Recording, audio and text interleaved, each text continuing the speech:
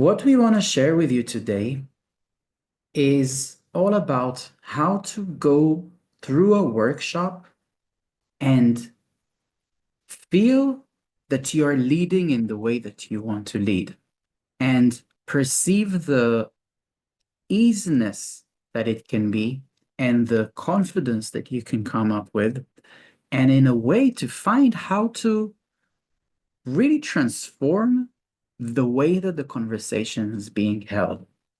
I'm gonna start with sharing our presentation here. Before we start, I'm curious to hear what brought you here. Alexandra, you are already with us this week in our calls in the coaching program, and you came back. And Ariel, you're coming into our world, and it's so exciting to see you here already before we're starting. And Danielle and Lara, you are new to. I haven't met you before, so I'm actually really curious to hear when we talk about this topic. How is this resonating for you? What is the reason why you choose to invest your time today here with us and to be present for this conversation, to deepen our conversation around this topic about leading? Maybe it's the word leading that is resonating with you. Maybe it is the room, maybe it is the workshop, maybe it's all of the words we mentioned. I'm very curious to hear what is resonating within you, and feel free to share in the chat. And Daniela says, to help people the best I can. beautiful. It's all about that eventually. I love that. Feel free, guys, to share in the chat. And I think we can start diving in a bit into this. Why is this important? Why is it important to work in workshops, first of all? Why is it important to involve workshops in our work as leaders, as coaches, as mentors, as therapists, as people creating transformation? I like to think of things of why is this important with flipping it, with saying, okay, if I don't have this, what happens? So the first thing is that there is this thank you syndrome. I don't know if you ever tried or attempted to sell with a workshop, to give a workshop and to create some form of call to action at the end of the workshop. And there is this frustration that can come at the end of a workshop when your audience says, wow, thank you. Wow, this was so inspiring. Wow. And you receive this gratitude, but nothing else happens. Nothing else continues. Nothing else is stayed with this energy. I see her a bit in the nodding of agreement. That's great. And we don't want that. We want people not only to be inspired and to be in this gratitude, but also actually to take action on the next step. And it really comes down for what is the energy that we're bringing to the room and how can we shift that? The next thing of different levels. We went to a workshop last summer in Portugal about how to learn to play mantra songs on the guitar. And Barak has played for many years, and I never touched the guitar. And we were both going to this workshop. And we ended up in the group where there were 3 people who were professional guitar players. And 2 Am I people included in those professional? Okay. But there are 2 guys they were musicians, they were really in that level. There were 2 girls who just bought their first guitar. And I came with my nails. I didn't even know that I cannot have like long nails when I played the guitar. And this poor music coach, guitar teacher, was trying to, and I'm really saying trying to please us all and to give us all something in that workshop. And I think that was the example of the hardest lessons for him of having all this beginner level, advanced level, and trying to help everyone. And sometimes we end up being that person. And when we don't talk to the specific audience, no one listens. And in this conversation, we really will focus on how to speak actually, definitely, for sure, with the more advanced people, with the runners, with the leaders, and why it is so meaningful to do that. The next thing of when we don't do this properly is we cannot sell, we cannot get people to join our world. We cannot even get people to continue maybe joining our next free workshop or committing to something. It's impossible because they don't see that journey. They don't see us as the right type of leader for them. And many times, all of those reasons come, all of those frustrations come, all of those hurdles come because of brain overload that we create. We come from an education system that teaches from mind to mind to mind. I studied computer science in university.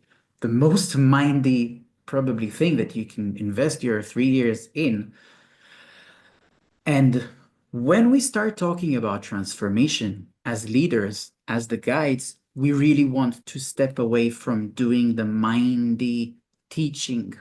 Yes, structure is super critical. Yes, having the right way of framing things and talking to both sides of the brain is definitely what you want, but there's a way to do it in a balanced way and in a way that is more fun, more energetic.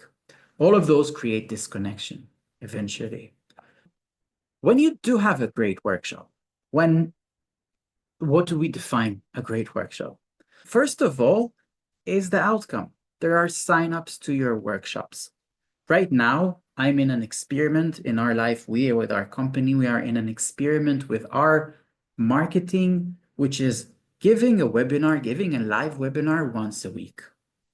Every week since September-ish, every week I gave a live workshop to between 20 to 50 people coming from ads, new audience that have never met me. And I've realized so many things about how I can completely fuck up the workshop in a way that people leave in the middle or don't sign up, or I don't feel like it was a joyful experience for me. And I figured out, and a lot with Daria's help also, how to make this something that in now I know every workshop that I give, 50, 60% of the people book a call to continue, book a call to explore more. So the good news is that you can really be good at this, and we're going to talk today about how. The next thing, and maybe you talk about it, about the speaking engagement part, about how much when people see you on stage, it calls into continuation. Yeah. If we are, for me at least, workshops and speaking, it's my happy zone. And many of our clients, and they love being on stages, on being with the community, being with an audience, being with real people, online, offline. And it brings us joy. And being able to create other opportunities just by speaking. Imagine going on the stage and saying, okay, I'm speaking here, I'm giving, I'm here, I'm loving the experience. People are signing up to my program, and someone walks up to you after and say, hey, I love what you did. Can you do the same thing, but come on here? And that happened to me so many times. Just I'm hopping from one place to another, not always intentional, but also actually designing it in a way that you can design a workshop that speaks to new opportunities. But for in my case, almost every time I spoke on a stage, it opened a new door to speak at another big event, to speak on TEDx, to speak in Mind Valley, to speak in Remax or business schools, because that's what happens when you're doing a great job. And our clients, we had a client, she was speaking at Elle, and if maybe you know the Elle magazine, they had an event in Belgium. By speaking there, there was someone in the audience that worked for Google. So she was invited to speak for Google, the women event they were doing there. So she was just continuing and going from one event to another. And that is what's happening when you are so connected to the workshop that you're doing. It's so much fun. And then it comes down to actually, it's an asset. Now, with the workshop that I'm delivering, and it feels so effortless, I feel that I have an asset. It's a workshop that I can deliver anywhere, anytime. I know how to do it well. And it's really, you are creating an asset for you, for your business, for your mission, for your impact. It brings so much confidence in this journey. So the big advantage of having workshops, of working with workshops, since you all are here listening right now, probably are already into workshops, but let's see, why is it so impactful? The thing is, in a workshop, you are in a leadership position from the first minute. You are already leading your clients, your future buyers, your audience. And it's not just you're leading them one to many. You're leading them in a group context. So you are positioned already as the person who can take them in a group context and have some form of transformation. Now, to add on that, is that there is this energy of having a live session. There is engagement. People stay more hooked to speak to hearing you than if it was recorded or if it was some video or if it was something that is not in this live energy feeling. So eventually, this is pretty much the best way to create authority, to create a positioning of you're the leader, you're the guide, you're the person they can go to for this topic, for this subject. And if you are here, you are working as a mentor, as a coach, and you are working with people already in who are choosing to work with you because you can lead them through a transformation. So what we want to create with the workshop is an experience that is the most close, let's say the closest to what they might experience in working with you in a group. When they come into your group, they're already familiar with your way of coaching, of training, of being in the space. They are not so shocked. They already know what to expect in some sense. So this is why it's so powerful, especially in the field of transformational coaching, to be able to be live, because your programs, the way we teach it is group programs live. It is in a way lots of smaller workshops, lots of smaller transformations or bigger transformations. It's a very similar context that they are going to enter after. If we look at it in comparing to regular marketing, what we're trying to convey here, what we're trying to speak about, is how to be more feminine in your marketing. How to build your marketing more in attraction marketing than in push marketing, more feminine marketing than bro marketing. The fact that you invite people to a workshop, and I really suggest that whenever you give a workshop, don't charge money for it. Make it free. Make it easy for people to join this journey with you.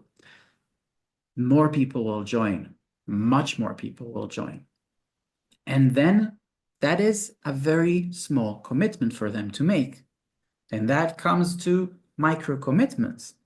They have a really small commitment to say, okay, I'm going to sign up. They have a really small commitment to say, okay, I'm gonna join, and especially if it's online, I can leave anytime I want. It's no problem. And it's you are creating this energy of attraction instead of pushing every moment of the way. That creates a lot of excess energy, a lot of energy that I need to push to get the people to move up the value ladder or to move down the funnel or to move from one step to the next. And it's, if you feel into this energy of attraction marketing, more than feminine, it's charismatic. It's something that is so beautiful. You are attracting into your space your ideal buyers. You're attracting to your space the people that are connecting to who you are, what you are about. And the spaces you are going to create in the future, they will feel better. The groups that you're going to be in our space, in our community, there is so much love and connection and values and so much beauty in our programs. And I get teary just thinking about it, but because it starts with us being authentic in our live sessions, creating the community already in this space. And it feels different. It just feels different from this excess energy. Of course, it's also not pushing to getting tired of convincing, but also naturally we just feel better in ourselves. In the end of the day, if I sat on social media and I tried to push people to talk to me and convince them of the value of my work, or if I sat 2 hours with you and I spoke about the topics I care most about, I will always choose this because it feels better for me and it feels better for you. So we are creating something which just, and the emotional feeling is it's a win for both of us, where the other ones just feels like a old paradigm where we are not really, nobody's winning on that. The success path in a workshop, the way to make it work, the way to make it valuable and interesting starts with a mission, starts with having a very powerful mission that you are here regardless to the workshop, regardless to the outcome, regardless to what happens in the continuation, you are here to do that. That is your mission. That is something that is beyond you, and we'll talk about this later, but it all starts there. It all starts with what is your mission here? The second step is to speak to the leader in your audience's ears, to speak to the mind of the audience that is in the leadership.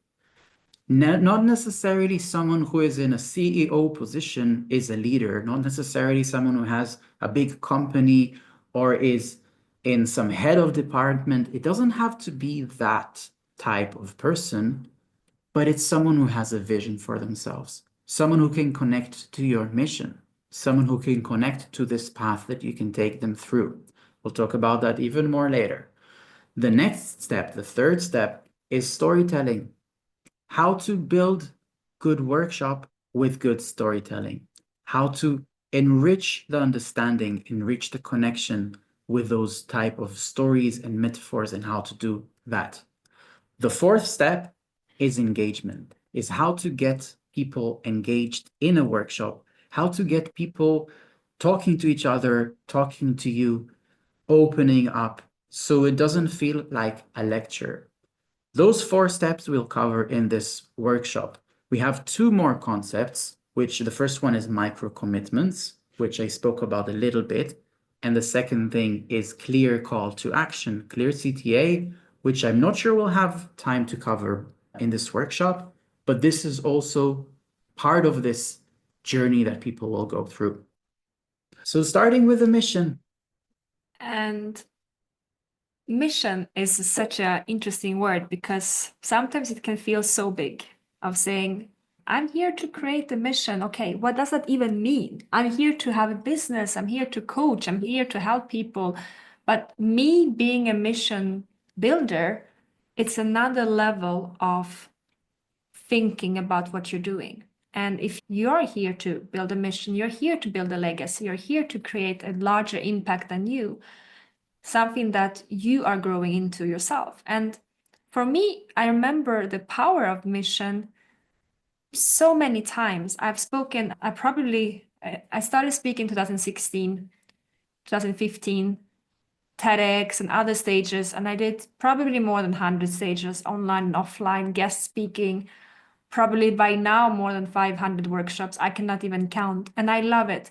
But the thing is, many times I was invited, but when I wanted to be on a stage, or when I wanted to collaborate with someone, or when I wanted to enroll someone without pushing, either it was a potential partner, or I wanted to enroll even people who were supposed to work, wanted to work with us, or enroll clients, invite clients into our world, the world mission has always been the biggest. And I remember one time, it was around COVID, when I was leading a women's movement called She Leads. And I was working with a lot of women on businesses, meeting them every Friday morning. And I saw that the women that I was working with were not able to focus on their business. They were so burned out by COVID, by their responsibilities at home, that they could not get into the strategy of building or pivoting. And I realized that in my community, I would say 80% of the women, they were exhausted. And by then, I also knew some interesting conferences that work with women. I asked myself, what are the places where this conversation that I'm having with our community of She Leads, these type of conversations, where can I bring it to some bigger conversation? Because I may be impacting, let's say every Friday morning, I had 20, 30 women coming to be in my mastermind where I lived in Portugal. And it was great, but I felt that I was not impacting big enough.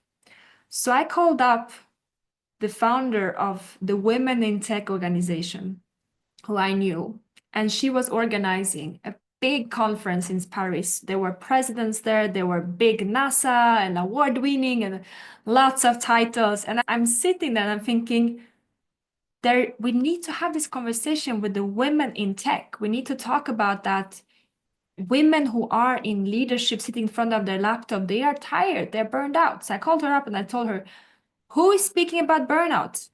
Who is speaking about emotional intelligence? And she said, don't have any speak. And I said, can I come and speak? Because we need to have this conversation. I know that the women who are in this room need to hear this because this is what's happening in my community. And I'm speaking with so many women. I'm certain that this is a conversation that we need to have about emotional intelligence, about leadership, about leading yourself in those times, about pivoting, about being a mother, and also working with a big career and all of that.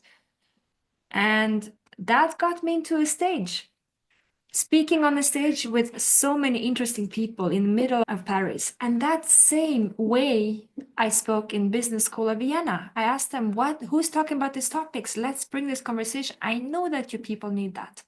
And many times, even without talking to the organizers, just me being on the mission, just having my second TEDx happen like that.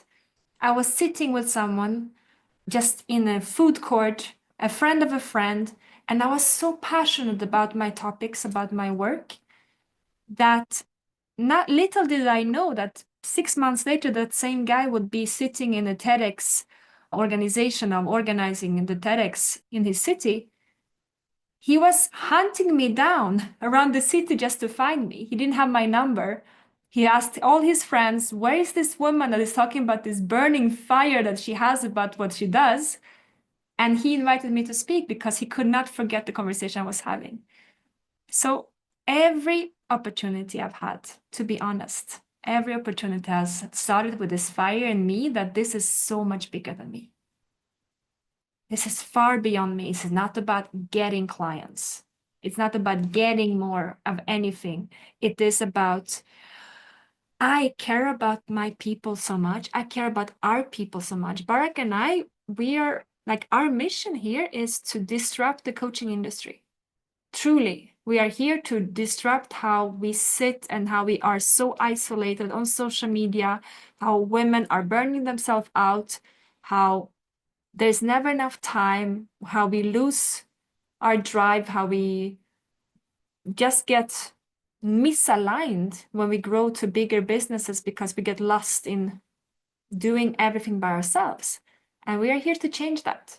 And our mission is bigger than us. Our mission is bigger than what we are doing here. It's a vision that is here because there's an excitement of seeing how that's changing our relationship, how it's changing our clients' world, how it's every day we see magic. To be honest, every day in our community, we are almost tearing up, many times tearing up and shivers and excitement for what's going on because it feels like dreams are becoming reality every day. And that is because our mission is truly more than let's build your business to profitable business. Yes, money is important. Yes, we want to make more money, more impact. We want to create better systems. And we want to have a beautiful life. So I want you to reflect on that. When you go and speak on a workshop, where does the energy come from? Is this drive of leadership, of overflow, of excitement, of I'm here because this is far bigger than me. And I'm overflowing, like I could talk about it the whole day. We just did a workshop 2 hours just before coming on. And I still feel excited because there's so much energy, so much overflow about these topics because this is what we care about.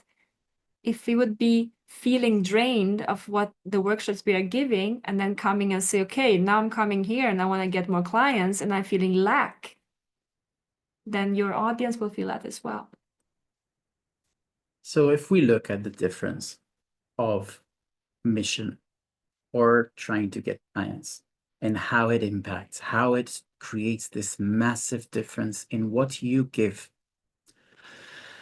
When you try to get clients, when you go on a workshop and you say, I want to get clients, it comes from lack energy and everyone can feel it. And it's not what we want. When you come with this non-attachment, with this overflow of energy, with this excitement, like Daria is sharing, that is where your leadership is. And that is where you will start leading your clients towards seeing you as their guide, seeing you as this mission builder, as this empire builder. It all begins with you, with actually tuning in and deciding that you're here to create something big, something meaningful. What is meaningful for you?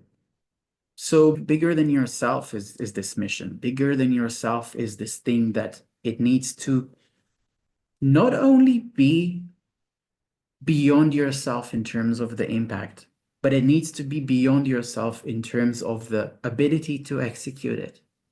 You cannot execute your mission alone. It's impossible. And it's based on your values. It's based on the values of what you care about. It comes from your heart. It's heart-based. And for that, you need to become a movement creator. What does it mean to create a movement? Who created movements? Who created movements here in this earth that we see things around and we see, okay, this is due to this person. If I'm thinking of, we don't have a horse, but we have a motorbike here in Bali, it's because Honda, the Japanese dude, was striving again and again to decide, I want people to be on a bicycle that is self-driving. I want people to reach further distances with their bicycles. And no matter how many people mocked him and how many people said it's shit, and with the war smashing down his factories, he continued with that because that was his mission. And if we look in terms of self-leadership, if we look at people like Tony Robbins, who put himself out there with the mission of impacting people, not just to create transformation in that person, but to get those people into a leadership position where they create transformation in others. Who do you look at? Who do you see that created a movement, that created a mission that is bigger than themselves? And you can look at this person and feel inspired. Look at this person and say, this is someone I can take an example from. This is someone I can learn from. This is how I want to be. That's a really good way to start looking at it. There is a saying that says, if you want to make a million, you impact a million people. And I really truly believe that anyone that is here to create a larger impact and thinking globally and thinking as, okay, I want to create a 7-figure business. I want to create a large impact. I want to create a legacy. It is allowing things to be bigger than ourselves. It has to do with expanding our energy of saying, I cannot do this one-on-one anymore. I am here to create a deeper inspiration and a deeper connection emotionally with each person that is in the room. I'm here to create a ripple effect of what we can create with tech and AI nowadays, with the online space. And I'm also here to create something that I probably don't even know what I'm capable of yet. But if there is a fire of, I want this, then the guides will come and everything will come together. But it has to start with understanding that this is far bigger than me. This requires courage. This requires a lot of courage and a lot of difference in how you start being. Because you cannot create a mission without obstacles. It just is not possible. Whatever would happen naturally without obstacles, without resistance, would simply happen by itself. So you don't need to be there to promote it. What you want to start being is this disruptive energy. You want to start being this energy that shakes things around and decides to move things in a different way. You want to be polarizing. That means that not everyone will agree with you. Not everyone will say, I agree with them. They are right. That is true. Oh, that's amazing. No, some people will be completely the opposite, will say, that's bullshit. That's not true. I don't agree with this. That's where we polarize. Some people say yes, and some people say no. And you have to be in this state of polarization because then those who say yes, their yes will be very powerful. Then the yeses will be the thing that moves things forwards. And it starts from the vision, it starts from looking forwards 2 years, 3 years, 5 years from now, 10 years from now, 20 years from now. How do you see this if everything magically happens? How do you see this unrolling and unfolding in this world? One of the things I've done for many years has been working with helping people to get on their dream stages. Because if you're here to create a big legacy, something that is larger than you, many times without even knowing how, we start to have this vision, maybe dreams at night, or when you just think about your future and you script your future, there's probably a stage somewhere. There's probably an audience somewhere. And one dream stage is TEDx, but another stage can be for you, it can be something that is in your industry specifically, a specific conference or specific podcast, can be online, doesn't matter, but there's something in you that says, I want to be on that stage. And every time someone came to work with me and they were looking to be on this dream stage of theirs, the first thing we did together was to get clear on their mission. Because every organizer is a visionary. Every event organizer, every person who is in a leadership position is organizing that because they have a vision about something bigger for their community. They're doing that because they care about their community. They think in this way. They're building a community, they're building a mission themselves.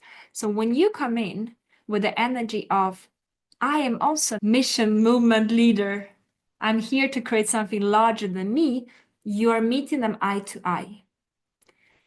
What happens if you come in and say, I am a coach and I talk about these topics?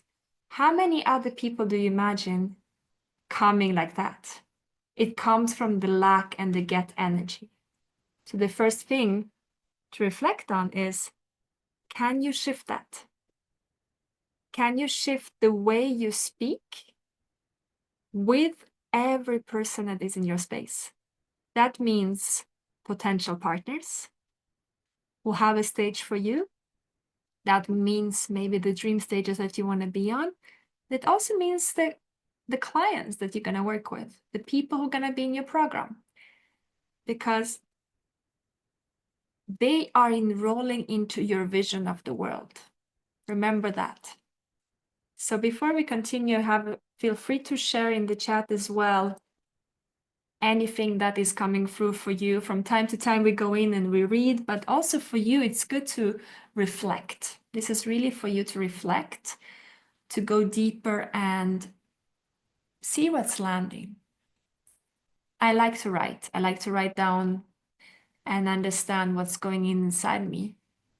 Oh, beautiful.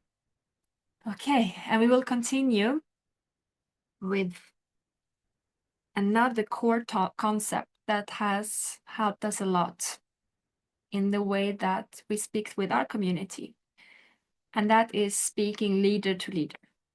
When you are thinking about your ideal buyers in your programs, your ideal audiences, if you think of a group of people that you want to lead, I'm confident that you want to be in a room where people are self-led, people who are coming into your world, if you're thinking about it, you want them to be coachable.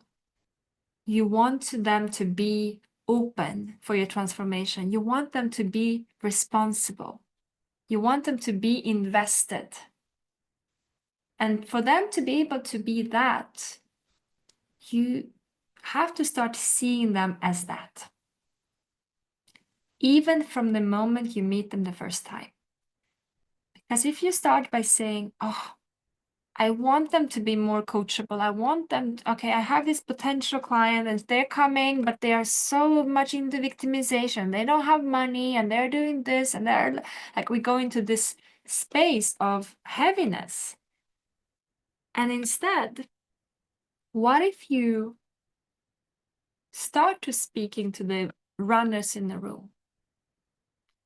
The ones that are the most on fire, the ones that are going up, they're running next to you, they want more of that. They're coming to every of your workshop, they're writing back to you, they're joining you anything they can, and they are so committed. They are already jumping in the chair.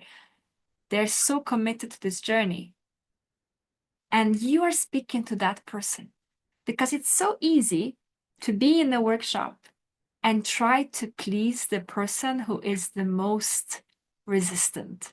They're sitting like that with their hands, and they're sitting and looking at you saying, oh, prove me that this is going to work.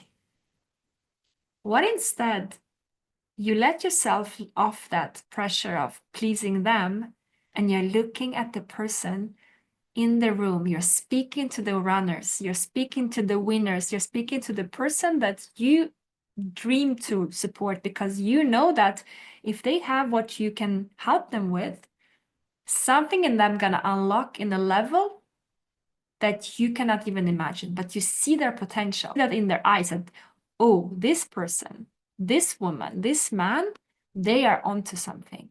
And with what I can help them with this transformation, they can accelerate far beyond anything. And when you speak to that fire in them, to the ones who are already on the verge of jumping into a new quantum life for themselves, like next level upgrade of that area that you want to work with them on, when you speak to them, when they're already jumping in the chair, all they need is this encouragement of being supported to be bigger. Because also remember, sometimes being the bravest in the room, the most excited, the most visionary, the most in their leadership, the happiest, maybe when they were growing up, that was not encouraged. So maybe they are afraid to be celebrated. They're afraid to be seen. And if you can encourage them and you can water that plant and you can give them the space to be celebrated, encouraged to be more, to be bolder, which is part of what you do as a coach, as a mentor, they're gonna blossom. And they're gonna trust that it's safe to open for more abundance, for more freedom, for more sexuality, for more connection, forever that you are helping them to unlock. Create the safe space for them to unlock already in the workshop. How do we practice it? How do we practice cultivating this way of seeing things, of a mission, of what I'm looking forward and not just trying to push the energy? How do we practice seeing vision, seeing the vision in people? The way to look at it is to see after what, and I think from what you shared, Daria, one of the most key things is don't try to argue or to convince or to push up those who are with the hands folded. Don't try to lift up into, because those are anyways where the most resistance is. Instead of that, first of all, focus on the leaders and then think, what do I see for this person? If everything is possible, what do I see for you? What do I see for the vision that you're creating? What is possible in this potential universe in all of the potential universes, if you take all the right actions and you're supported by me, and you're supported in my program, it's tremendous what you can achieve. And sometimes it requires practice. For some of us, it comes very naturally to see people and to really see them in their most excellent potential vision. And for some, it's let's practice that.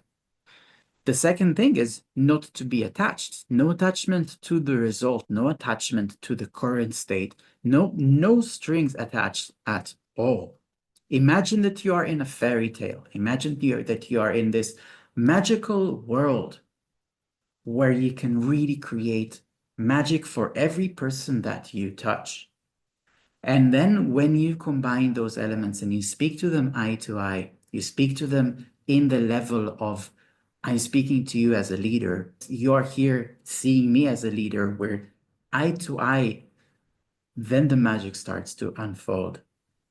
And maybe we can see it in this way of need or desire. Someone who desires this transformation, or someone who that needs this transformation.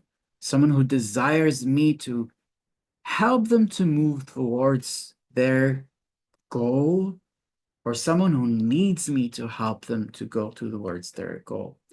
And we want to go towards the feeling of, you don't need me. You don't need me. You can go forwards with your goals, with your vision. You will find your path. But you desire to work with me. You desire to listen to me. Because you know that I can create a shortcut. I can create an acceleration in your transformation. I can help you aim even higher. I can remove resistance from your journey. But you're going there, no matter if I push you there or if I don't push you there, you're heading there.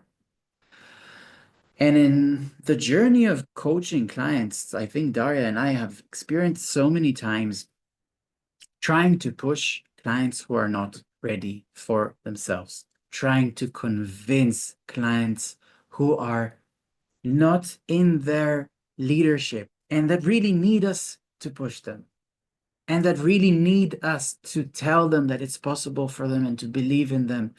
And that is tiring. That is frustrating. They don't get the results because for a moment, one example, for instance, was we had a client that was really attached to Daria's way of speaking to her, of Daria's encouragement.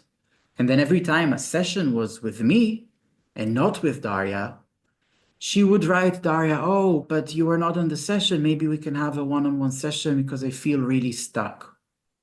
Now it never happens. Now we speak to leaders who don't care if it's Daria, if it's me, if it's someone external. They're going there anyways.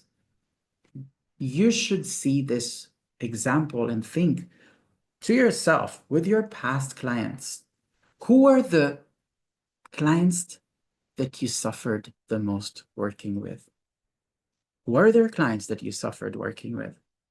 Were there clients that you said, wow, I went for it and it was going for it from a place that was not clean. I was going to work with this person because I wanted the money or because I wanted the sale or because I wanted their network or because I saw something for them and they did not see that for themselves. And I wanted to prove, or my ego wanted to prove in some form, that I can create this transformation in this person. Can you relate to that? Do you relate to one of those examples? I would love to hear in the chat if you either tried to push someone who was not ready, or you went and pushed yourself to work with someone because you were not from the cleanest and most mature energy that you are now. And they start with the workshops, this not pushing, speaking to the ones who already, they're ready for this, they're going for it. Yes, I had a super resistant client, wanted to help her and not give up, but she didn't believe she could change, and dug her heels in. Colin says, yes, I have learned non-attachment with my one-on-one clinic over the years. It's so important. I need to keep this in mind for this workshop that I'm giving and the group program. Yes. The more you step up, the more it will be challenging. The more you heighten your pricing, the more it will be challenging. Because you're going to work with people where their investment can really create a change, or working with them can really make you feel good, or you really want to prove that you can help this type of people. And it's beautiful that you have this experience. Alexandra says, yes, when I was teaching in school, it's hard not aligned on both sides. Yeah. Beautiful. So there's a fire next to the woods, a beautiful bonfire, and a bunch of people sitting next to the fire. The hunters have returned with rabbits, and the gatherers have fresh berries, and everyone's sitting, and the children are dancing, and there's some drums. And the old, smart person starts to tell a story, and everyone is leaning in. The little children sit down and open their ears, and the grown-ups maybe have heard this story many times before. Everyone knows how impactful storytelling is and how much stories have changed who we are as human beings. Everyone knows how impactful telling beautiful stories can shift everything. And now I want to really bring it into the context of a workshop and how this can transform your workshops. The subconscious mind, the human brain, the human evolution came to this world with stories around the fire, with learning. This old person tells about the story of the man who went to the sea to explore his destiny and didn't come back, and the big sharks in the sea didn't allow him to come back. And that's how we know the sea is not safe to go and play around in too much. That's how we learn what is dangerous and what is exciting, where we should strive towards, and who is the tribe that we can trust, and how to grow and how to communicate. Everything is about stories when we look at human evolution. We learn so much about history from stories. The subconscious mind really learns best from metaphors. And here I want to put a little distinction between there are stories that are a story of, for instance, Daria's story about how she spoke on TEDx after this and that event, and there are metaphors. Metaphors much more towards, for instance, if you talk about a glass that is held, and if I drop the glass, it will shatter. That's a metaphor for something. And I want you to start being metaphor machines, because the stories you will put into your workshops, and the metaphors sometimes come on the go, sometimes are invented just happening during the way, and then you can add those to the workshops too. Once I started working more on my workshops, on this workshop that I'm improving week by week, repeating it myself, I noticed that I can go deeper into the stories. I noticed that I can find new ways of metaphorically explaining those concepts that I'm teaching. And it's fun. It's not just fun for the audience, it's fun for me too. And stories, if we talk about metaphors, it's becoming a metaphor machine. I also want to add, become a story collector. And I like to call them story capsules. So as I go through life, I am looking at life as I am creating stories. So if I look at, I'm going through something and something is funny or something is scary or something is going on. We travel a lot. We have lots of adventures. We are a couple and we are also building company together. So many stories. And what I do is that I take a mental note of, oh, right now I'm in a story. So what I do then is to reflect on how can I be the hero of this story? which is also helping me with my self-leadership of how I lead myself, which is a whole other conversation. But it allows me to remember those moments of being aware of, oh, this is something out of normal, out of ordinary, and this can become a story.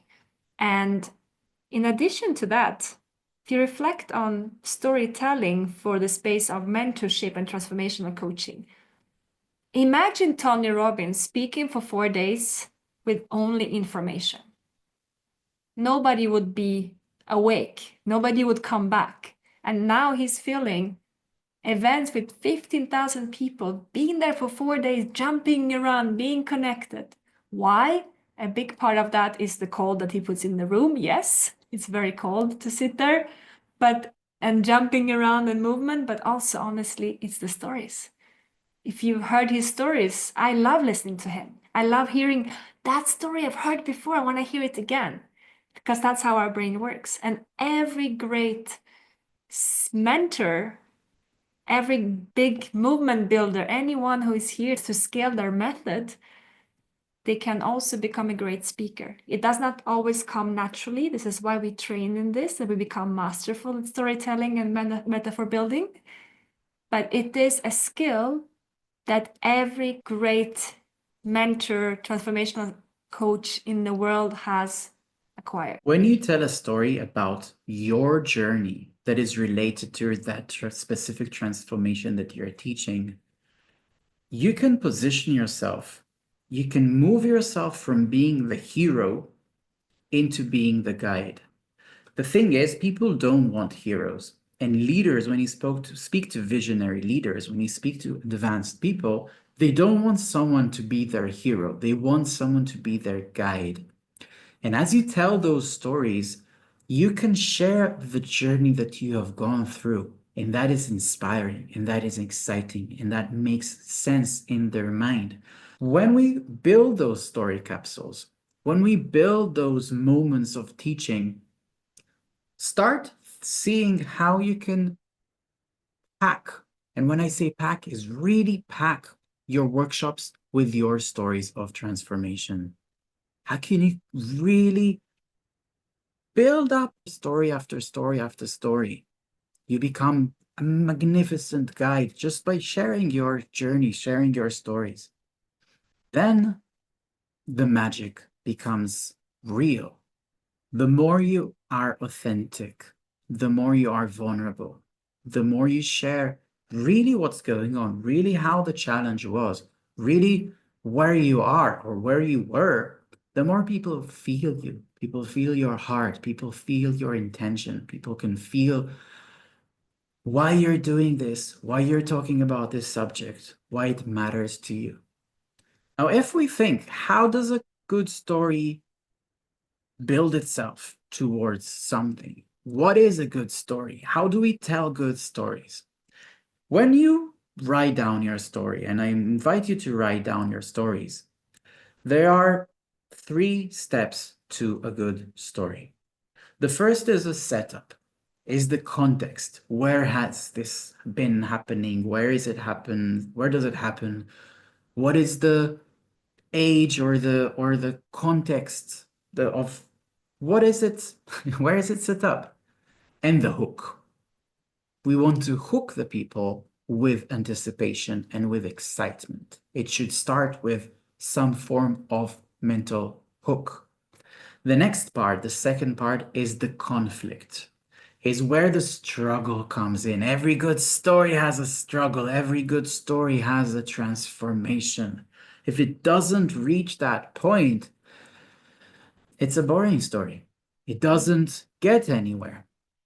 We want to squeeze out or to pull this elastic band of excitement, this elastic band of struggle. And then that brings us to the third part of the story, which is the resolution. It's where the outcome and the lesson comes in. So when you build your stories, when you tell your stories in this way, even if you first do it more robotic and say, okay, this is the setup part, this is the conflict, this is the resolution. After 2, 3 times that you tell the story, it becomes a second nature. It becomes a subconscious work for you, and your stories become more making sense. Your stories are more convincing, they're more attention grabbing, and everyone enjoys more. You want to present? I present. Okay. Engagement is the next thing that we want to talk about. And that is combined with so many elements. The engagement of how do you keep people engaged? How do you make sure that people are there, are connected to each other, to you, to the material, to the conversation? First of all, it's a matter of focus, a matter of focusing on engagement, of keeping it in the back of your mind that there is this thing that I want people to be engaged in, that I am giving a presentation and I don't just want to talk to the camera or to talk to the room. I want people to actually feel that I'm talking to them. While you're speaking, people will receive some form of transformation. So you can start inviting them to share or to think or to reflect what has changed in them, what has gone through, what part of them is going through a transformation or where they were before. The engagement comes from your presence, from you being you and you actually speaking to also the presence of someone in the crowd or in the audience. If you look at someone or if you think that you're imagining someone as you speak, you have a different type of presence than if you just record to the camera. When Daria and I try to record videos without an audience, it is a complete different energy than when we are in the presence of other people. It's a complete different vibe. It's a complete different feeling. Some ways of giving an opportunity to the audience to actually create some form of engagement is to ask them to reflect, either by sharing with each other or by sharing in the chat or by reflecting to themselves. And I'll take this opportunity to ask you to reflect with yourself for a moment. Wherever you are in your journey of creating a workshop right now, wherever you are in this teaching, wherever you are and where this meets, you can reflect to yourself. How can you, as we've put everything in the context of speaking to leaders, speaking to visionaries, how can you engage them in a way that is intriguing? How can you engage them in a way that actually doesn't feel methodic or robotic or just so? How can you engage with them in a way that they are opening themselves up to transformation through that reflection? In form of engagement, we're gonna split it between two, in physical rooms and online and in Zoom sessions, because many of us now give online workshops and also physical workshops, and physical workshops are tremendous and are fun. When Daria and I gave the first workshop together, it wasn't really a first workshop together. It was I gave one workshop and she gave another workshop in some summit in Chiang Mai. What I noticed was that there was a speaker after speaker, and then Daria's turn came. And when Daria went and stood in front of the people, the first thing she did, which I felt was, what the fuck is going on? But she told everyone, okay, guys, please, everyone stand up now, hold your chairs, move closer to me. You move over here, sit here. Great, let's move. She completely changed the whole room. And it wasn't the first lecture of the room, it was the one before last. And everyone stood up, everyone sat down in this new position, much more closer, much more engaged. And I felt a lot of resistance in that moment. I felt that's pushy. That's why all of this fuss and all of this mess and all of this bossiness. But actually, it really shifted the energy in that room. It really created something different in how people are engaged in that conversation. The next thing when you're physically with people is constantly get them to raise a hand or to talk to each other or to be in a form of who here agrees with, for instance. When I give Zoom sessions and there are, let's say, 40 people in the workshop, I say, okay, who agrees with me? Raise a hand or nod. It's much easier sometimes than typing yes or typing for sure or something like that. But in a room, it's even more calling to do this. Can you relate to this? Give me two thumbs up here. Yeah, I see one thumb up. Yes, that's better. Great. And that's how it's done. Yeah. And it's super important to feel if you are working with the physical space, normally it is, unless you're doing your own events, which is might also happen and you do your own solo events. But if you're part of a summit or a conference, it's good to think about what time do you come into the space and how does the audience feel. This is something I reflect on a lot when I prepare a speaker of, are you going to be the last speaker of the day? Are you going to be the first speaker of the morning? Who is coming before you? What's the energy? What is the energy of the speaker? What is the energy they're going to be in when you meet them? And then you work with that. I was helping one of our clients to create a 3 days castle event about manifestation. And I trained all her speakers. Every speaker that she had 10 speaker around energy and transformation. And we always looked at who is before, who's after, what's the energy. Okay, if that first speaker brought out visualization, how do we bring it down to grounding? So how are we co-creating with the others? And how are we helping to create the vision for the event? So the way that we come in, we are helping the narrative of the whole storytelling of the whole journey that people are going to be in for 1, 2, or 3 days. And most speakers never go to that point because they are not training themselves in thinking about those deeper questions of how am I part of this journey and how is the person experiencing me? How can I get them to move? They've been sitting for 4 hours. Of course, you're going to get them up, stand. If I feel like I'm 5 meters away from my first audience, come closer. Yes, I move them around and I take them up and I shake them up and we breathe together, or maybe we do things, we move around and we are in interaction with our bodies as much as we can. I've done that with groups of 500 people in the audience. I was the last speaker of the day and they looked so tired. And I've been sitting for listening to presentations the whole day. And they looked like this on me, and I said, I cannot go up now. So I took them up and I shook them up, and we did breath work together for a couple of breaths, and we laughed together, and then they were ready. And it was amazing. So allow yourself to play with your audience. Line is a bit more challenging because we don't see the people, they don't see us. The way that I discovered how to create the maximum engagement online is, first of all, video on. Ask them specifically, hey guys, I'm not gonna fight anyone. I want to know if I'm boring you. I want to know how this lands. Can you guys turn your video cameras on? I know some of you don't have the perfect background. Some of you have dogs in the background jumping around. That's okay. Just turn your videos on so we can engage. And you can remind it a few times during the workshop. That's also okay.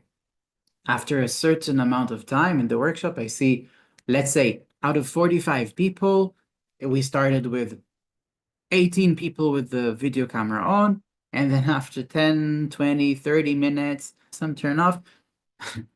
And I see 5 people in the video feed and 40 people with a name tag. Hey guys, I would love to see you. Turn your video on. I wanna engage with you. People love it. People want it. Just give them the opportunity. And this comes to actually noticing them, to actually saying, hey, I love that background. I love your shirt. Wow, welcome. Say their name. Say, Allow them to. You see what happens? Suddenly we have more people here turning their video feed on. Beautiful. Yeah. That's the way that it happens. Notice them, comment on what they're doing, comment, read their names when you read their comments, or sometimes read their names and when you read their comments. Make them engaged. Hey guys, let's thumb up. Let's nod if you agree. The more you're creative, the more you will face this engagement from them. In terms of the dialogue of how you present to a group, but actually talking to someone, is I invite you to think or to look, if it's on Zoom, just look at one person and talk to that person. Find the person who's the most engaged, who's the uplifted in their energy, the most happy, and talk to that person. If it's in a room, it's always good to split your attention and to look at different people, but look at someone. Constantly look at someone and talk to a person, talk to a person, talk to a person. On Zoom, be a bit more aware, okay? If I start looking like this, it sometimes is strange because you want, now I'm looking only at one of you, but you don't know at who I'm looking, and all of you think that I'm talking to you, so it doesn't matter, right? But if I'm looking like this, it's a bit strange. It helps you to get out of your head. That's what I noticed when I am thinking that I'm having a dialogue with one person and I'm there to help this connection to happen. I'm present with one person. I'm present and I'm looking and I'm here. I'm seeing you and I'm speaking to you. I'm seeing how you are taking this knowledge and information. I'm speaking to your emotion. I see how you are reflecting and allowing this to be integrated so you can do the next workshop in this way. Like I'm speaking to one person. And when I speak to one person, I'm no longer in my head. And many times when it comes to being really great at speaking is the moment you can go from a good speaker to a masterful speaker is when you forget yourself on stage. That's how I see it. When I get out of myself, out of my own way, the only way you can do it is by truly practicing and getting media trained and getting trained to be better speaker. This is why we also do these trainings and why we teach it in our programs. Because when you know your material, because you embody a material, and you can put that aside for a second and say, okay, I'm here, it's all here. But now I get my mind off the head, out of the mind, and I get myself out of the way. What stays is this dialogue. Oh, And it's so beautiful. And from that place, you don't even know what's happening. You can call it channeling, you can call it anything you want, but this is when you become so authentic and people just want to come back and listen to more.